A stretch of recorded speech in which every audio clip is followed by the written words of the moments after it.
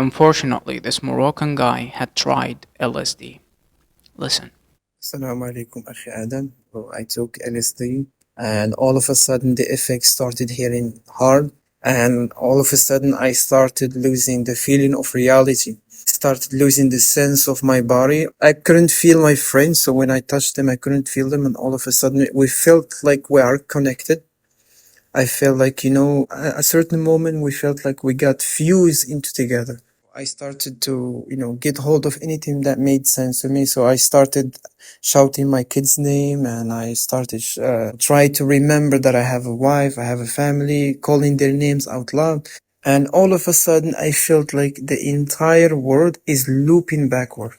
So it's like time going backward. And at that moment, I felt my body saying, وحده لا شريك له. At that moment, I was panicking, and I thought in myself, at that moment, the day of judgment, يوم القيامة. And I was panicking, and the only bright light I could see is like very far. I was dead and I was being tested. So I started running out to that light, like actually running, falling on the ground, saying, La ilaha illallah, La ilaha illallah. Everything that I've read and we learned about the graveyard punishments, I faced it that day.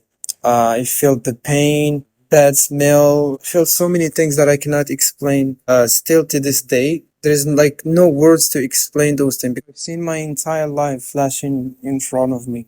So when I was a baby till I grown up, and I've seen all the mistakes that I've done and all the good things, and I noticed that the bad things that I did are more than the good things. I know exactly I'm going to hellfire. I started going into loops, from loop to a loop. So the moment I accept my fate, I've done this mistake and I learned from that mistake, I go to another mistake that I done. So I kept going into many loops till I finished all the mistakes that I done. I just couldn't speak anymore because I know that I'm going to hellfire and everything. I've been waiting and my chest was gonna explode by the regrets that I've lost my life. So